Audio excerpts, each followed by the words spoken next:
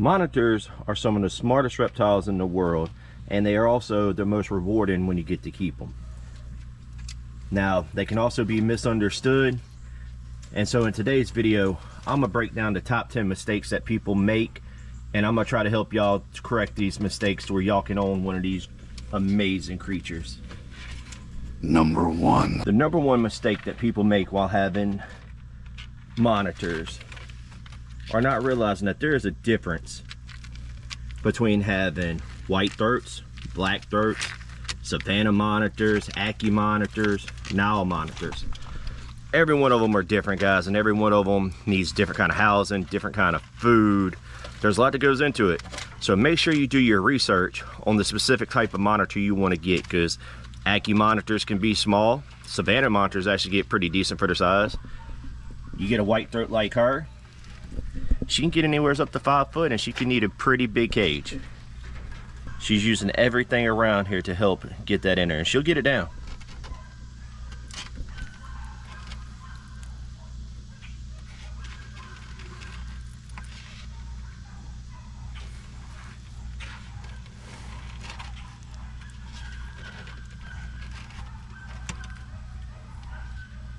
Look at that, guys.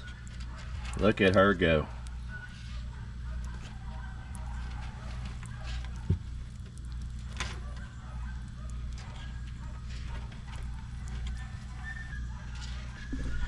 All right, guys, we're gonna let her finish up that meal in peace, and we're gonna get on to the number 2 mistake that people make.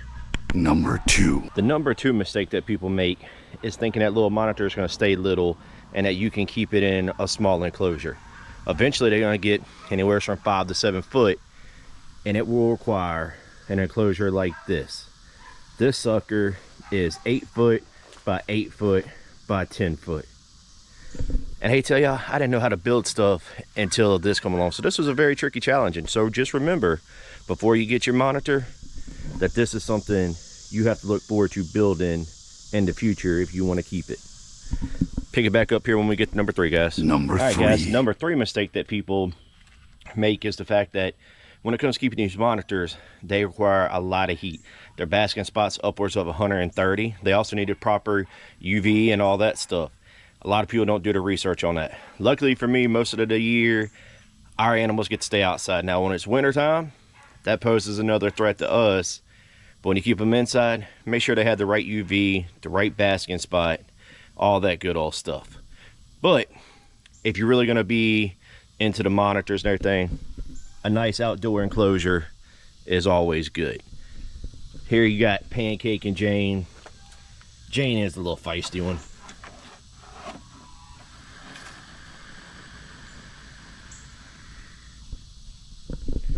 Jane hardly ever likes to eat on camera, but guys, I'm gonna pick it back up here when we get to mistake number 4. Number 4. All right, guys, number 4 mistake that people usually make is thinking that they can get these baby monitors and they'll live off of crickets or chicken or rodents for the rest of their lives. Well, when it comes to it, there's a lot. You need to go have fish. You need to have shrimp in some cases. Quail is really good for them. You need to have a variety in their food. A lot of enrichment. Keep feeding them the same thing, they're not going to be able to process all this stuff, and it's going to give them fatty liver. There's a lot that goes into it. So please take your time and do a little bit of research on their diets on specific monitors, because hey, every monitor can vary, and from experience, different monitors can like different things. You can have 2 black throat monitors. One might not like fish, the other one might love fish. So do your research and understand that every monitor is going to be different, and take your time with it. Number 5. The number 5 mistakes that people make is thinking that these monitors are tame from the get-go. They're not. There's a lot of work that goes into them to get them to that point to where they're tame. These monitors are reluctant to bite you, but they will. A lot of times they'll hiss and moan and everything before they do it. They're pretty good about wanting to whip you with the tail before they do anything. And you got some that just no matter what, they'll never be tamed.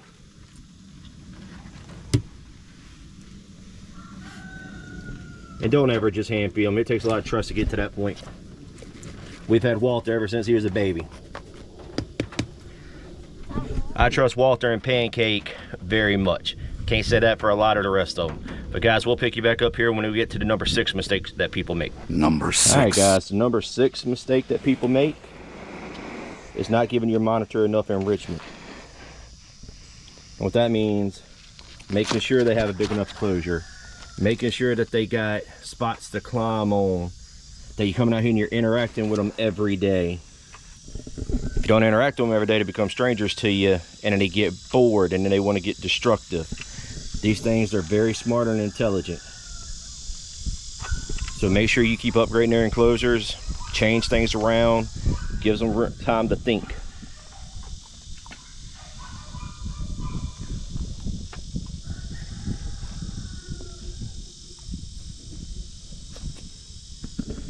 All right, guys, we'll pick it back up here in a minute when we get to the number 7 mistake that people make. Number The 7. number 7 mistake that people make is not realizing not every vet will see one of these monitors.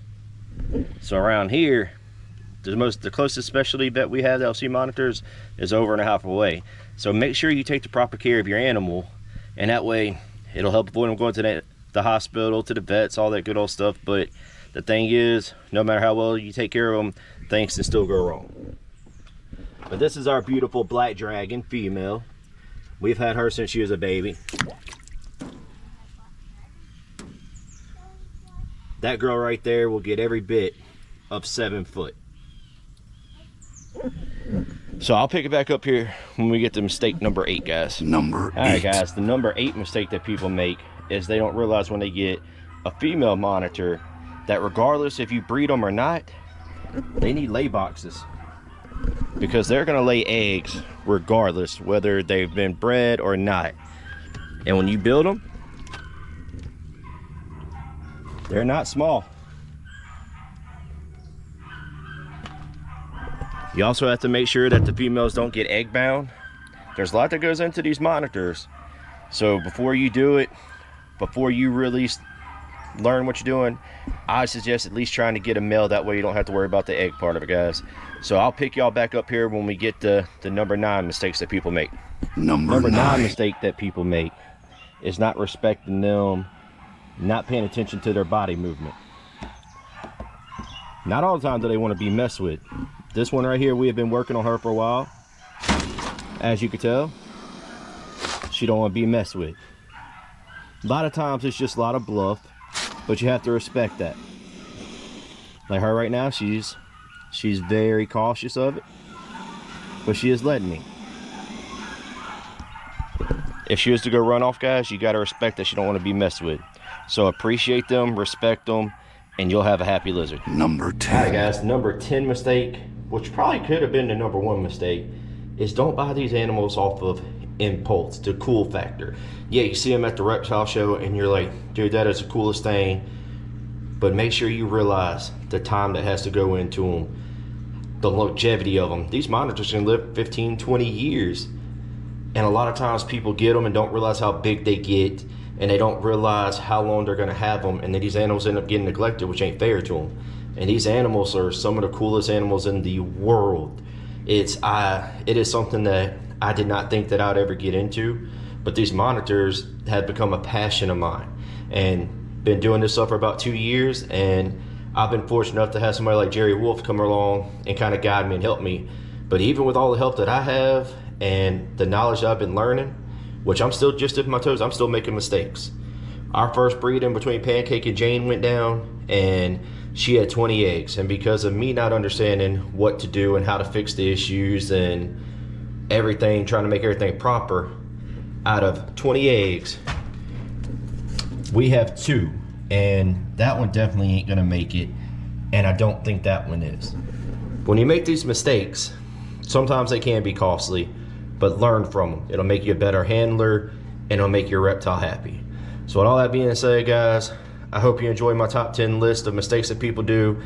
And I'm not trying to do this to discourage you. I want y'all to not make some of the mistakes I've made, and get the right stuff, take care of this monitor, and enjoy it. So with that being said, guys, we'll pick y'all up on the next video, and I hope y'all enjoyed it. Thank you.